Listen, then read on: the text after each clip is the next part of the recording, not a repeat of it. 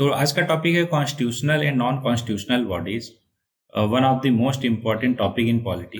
तो इससे related question जो है इस लेक्चर और अगले लेक्चर में भी आपको मिलेंगे। चलो पहले क्वेश्चन से स्टार्ट करते हैं। रहा आपके सामने, a joint public service commission for 2 or more state can be established by parliament if requested by the concern state, Lok Sabha, UPSC या राज्यसभा। तो करेक्ट जवाब है पार्लियामेंट। ठीक है, जब रिक्वेस्ट किया जाता है बाई कंसर्न स्टेट कि हाँ हमें ज्वाइंट पब्लिक सर्विस कमीशन चाहिए। यहाँ पे मेंशन है आर्टिकल 315 की क्लॉज 2 में है कि जब 2 या 2 से अधिक स्टेट एक रिजोल्यूशन पास करते हैं in their respective legislatures agreeing to establish a joint state public service commission, upon such agreement parliament can enact a law for the appointment of the joint public service commission. ठीक है, joint public service commission क्या है? एक statutory body है and it does not have the status of a constitutional body, जैसा कि UPSC के पास है। ठीक, और साथ में for a brief while after the establishment of Haryana from Punjab. अच्छा, ये कुछ हिस्टोरिकल एस्पेक्ट है, आप चाहो तो आराम से बाद में पढ़ लेना।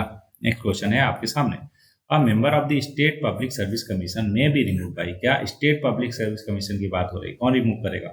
मोस्ट ऑफ द लोग सोच रहे होंगे कि governor on the basis of impeachment by विधानसभा। नहीं, गवर्नर नहीं, president after the inquiry conducted by the supreme court. ठीक है, रिमूव कौन करता है? प्रेसिडेंट। भले उनको अपॉइंट गवर्नर करते हैं बट रिमूव कौन करता है? President after the inquiry conducted by the supreme court. तो ये होगा इसका करेक्ट जवाब। कहाँ पे मेंशन है? Article 317 of the constitution of India provide that a member of a state public service commission may be removed by the president on the ground of proven misbehavior or incapacity after the inquiry conducted by the supreme court। ठीक है, अच्छा 317 के clause 3 में condition for removal है, क्या क्या condition होना चाहिए, ये सारा कुछ यहाँ पे गिवन है। ठीक है, नेक्स्ट क्वेश्चन है, ये सेशन है the president of India determines the qualification of the chairman and member of the finance commission. नहीं, ये प्रेसिडेंट साहब नहीं डिटरमिन करते कि क्वालिफिकेशन क्या होना चाहिए, पार्लियामेंट करती है। तो इसलिए सेशन तो गलत हो गया। रीजन की बात करते हैं, chairman and member are appointed by the president of India. बिल्कुल सही बात है, तो सेशन गलत, रीजन करेक्ट हो गया। आर्टिकल 280 में आपको पता है मेंशन है अबाउट यूनियन फाइनेंस कमीशन, जिसमें जो कि एक क्वासी जुडिशियल बॉडी है और ये constituted by the president of India every 5th year या और at such an early time as he consider necessary. Finance commission consist एक चेयरमैन और 4 मेंबर होते हैं, ऑलरेडी हमने पहले देखा।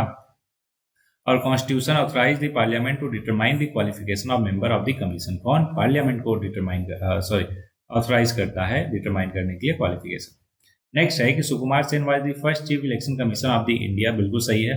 और Rama Devi was the first women chief election commissioner of India. ये भी सही है। बहुत ही फैक्चुअल क्वेश्चन है, ध्यान में रखना है आपको, है ना। तो दोनों के दोनों बिल्कुल सही है, तो करेक्ट स्टेटमेंट हो जाएगा both 1 and 2।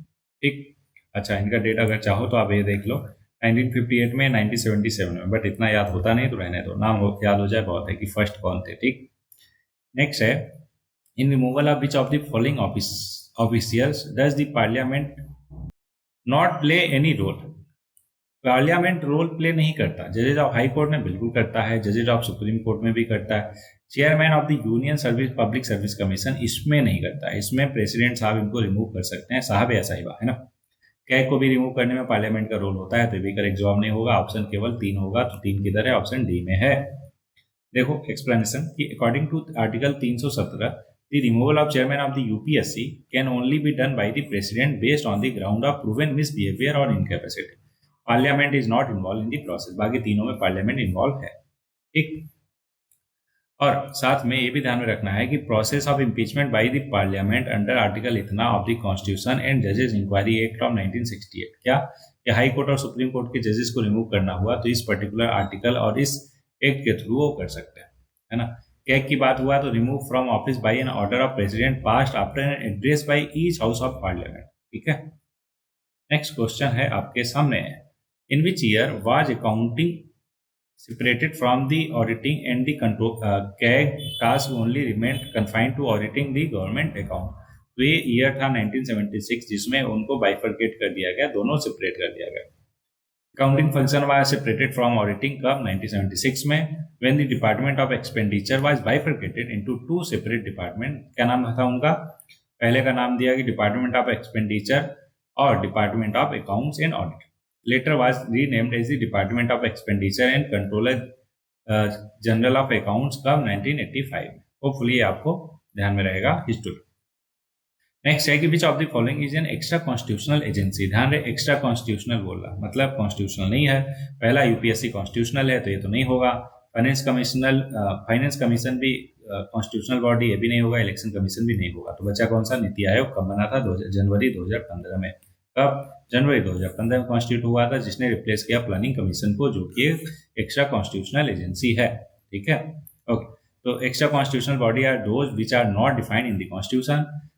Are further of two type की होती है। स्टेचुअरी बॉडी, स्टेचुअरी बॉडी में क्या आता है? Passing a law of either of the parliament of India और by the respective state legislature, तो उसको स्टेचुअरी बॉडी का दर्जा मिल जाता है। एग्जाम्पल के तौर पे SEBI and national human right commission, national green tribunal, ये सारा कुछ क्या है? स्टेचुअरी बॉडी है एक्स्ट्रा कॉन्स्टिट्यूशनल बॉडी में। एग्जीक्यूटिव बॉडी की बात करें तो these are those bodies which are formed by the executive order of the government. There is no need for parliament या फिर state legislature approval for to form these body. Example के तौर पे Niti Aayog, national development council, law commission, ये सारा कुछ क्या है? एग्जीक्यूटिव बॉडी है, जो जस्ट एग्जीक्यूटिव के ऑर्डर पे बनी है। कॉन्स्टिट्यूशनल बॉडीज की बात किया जाए तो आपको पता है कॉन्स्टिट्यूशन में इनका मेंशन होता है स्पेसिफिक आर्टिकल में, जो कि ऊपर की तीनों क्या थी? कॉन्स्टिट्यूशनल बॉडीज थी। अब सेशन आ गया कि model code of conduct is to be followed by political party as soon as an election is announce. बिल्कुल सही बात है। कौन करता है? इलेक्शन कमीशन ऑफ इंडिया करती है। Model code of conduct follow करना होता है जैसे ही इलेक्शन अनाउंस हो जाता है।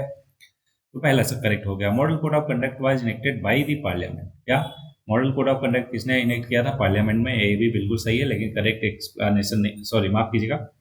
जो मॉडल कोड ऑफ कंडक्ट है पार्लियामेंट नहीं, कौन करता है? इलेक्शन कमीशन ऑफ इंडिया करता है। ठीक है, तो इसलिए रीजन गलत हो जाएगा, एसेशन सही हो जाएगा। ओके, और ध्यान रहे कि जो मॉडल कोड ऑफ कंडक्ट है not a legally binding document है। ठीक है, जरूरी नहीं कि लीगली बाइंडिंग। नेक्स्ट है कि state finance commission is a constitutional body. अभी हमने देखा बिल्कुल, union public service commission can not recommend financial assistant to panchayat. कौन? Union finance commission. अभी तो देखा था हमने, बिल्कुल कर सकता है, तो इसलिए स्टेटमेंट गलत होगा और ऊपर वाला जो एसेशन था वो सही है। ठीक है, तो देखो स्टेट फाइनेंस कमीशन एक कॉन्स्टिट्यूशनल बॉडी है और फॉर्म किया गया by 73rd constitutional amendment act of 1992 से। 280 के क्लॉज 3 के सब क्लॉज बी में it is shall be the duty of the commission to make recommendation to the president as to measure needed to augment the consolidated fund of a state to supplement the resources of the panchayats in the state on the basis of recommendation made by the finance commission of the state। यही बोला जो reason उसने बोला ना कि नहीं कर सकता, बिल्कुल कर सकता है। कहाँ पे मेंशन है? इस पर्टिकुलर आर्टिकल में मेंशन है। ठीक है, ओके। आपको पता है कि आर्टिकल 280 में क्या है? State finance commission was establish, नहीं गलत जवाब है। आर्टिकल 280 में union finance commission was establish in union finance commission establish होता है आर्टिकल 280 में, है ना। स्टेट फाइनेंस कमीशन का 243 के में या किसी में तो है, एग्जैक्ट मेरे को नहीं याद आ रहा, लेकिन 243 के किसी सब आर्टिकल में है। ठीक है, अच्छा यहाँ से, हाँ ये है article 243I of the Indian constitution. State finance commission is appointed by the governor for the period of 5 year. Governor also appoint the other members. Maximum कितने हो सकते हैं? 4 फॉर द कमीशन। ठीक है, चेयरमैन और 4 member. In which of the following state the office of Lokayukta was first establish. तो ये establish हुआ था महाराष्ट्र में। आई थिंक 2000 के लगभग। कब हुआ था? नहीं, बहुत पहले हुआ था, 1971 में। ठीक है, और it came into effect on 25 October 1972। Lokayukta क्या है? एक इंडिपेंडेंट स्टेचुअरी अथॉरिटी है that investigate allegation of corruption against public official in state of Maharashtra. ठीक है, पहला स्टेट था महाराष्ट्र इंडिया में पूरे। The concept of human right primarily emphasise on. Human right जो है उसका प्राइमरी एम्फेसाइज किस पे होता है? तो वो होता है dignity of a man as a human being पे। कि सबसे बड़ा चीज क्या है? किसी इंसान की डिग्निटी है ना। The concept of human right is based on the belief that all human beings are born free and equal in dignity and rights. The dignity of a man as a human being is the foundation of the concept of human right. ये आपको ध्यान में रखना है। चाहो तो mains में ये पर्टिकुलर लाइन यूज भी कर सकते हो। देखो कई सारे टाइप के राइट्स मिले हैं और होते भी हैं। जैसे कि नेचुरल राइट की बात किया जाए तो fundamental rights inherited to every individual as a human being, not granted by any government या authority, considered universal or inalienable. Example के तौर पे right to life, right to liberty and right to possess property, the right to make a living, ये सारे कुछ क्या है? Natural rights के एग्जाम्पल हैं। कॉन्स्टिट्यूशनल राइट क्या है? Specifically protected and guaranteed by a country's constitution ensured by the constitution to provide legal protection to citizen. Example के तौर पर freedom of speech, religion, assembly, ये सारा कुछ क्या है, कॉन्स्टिट्यूशनल राइट है। वहीं पे कुछ और राइट होते हैं जिसको लीगल राइट बोलते हैं, और एक ह्यूमन राइट भी होता है जो ऊपर हमने डिस्कस कर ही लिया। और लीगल राइट क्या होता है, recognise and enforce by the legal system of a country, encompass natural and constitutional right as well as other rights created by laws and regulations। Example के तौर पे right to education, right to fair trial, right related to employment are the examples for legal rights. Next question आपके सामने चार statement है कि principle for election to the state legislatures include, क्या बोला, principle for election to state legislature include, it will be on the basis of adult suffrage, बिल्कुल।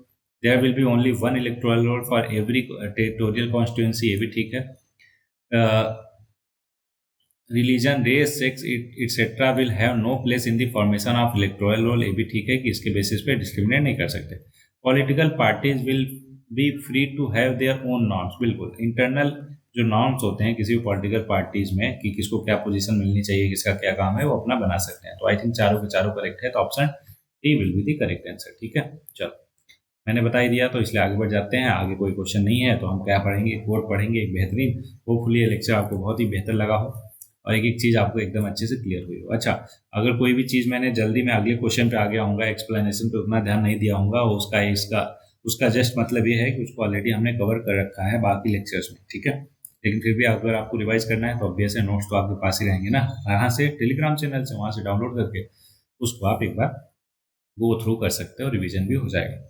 तो आज के लिए कोट है कि lack of direction not lack of time is the problem, we all have 24 hour day. देखो कहते हैं ना बहुत बार, करी यार वो तो इतना सब कुछ कर गया है ना, हम तो इधर ही हैं, ऐसे ही कर रहे हैं।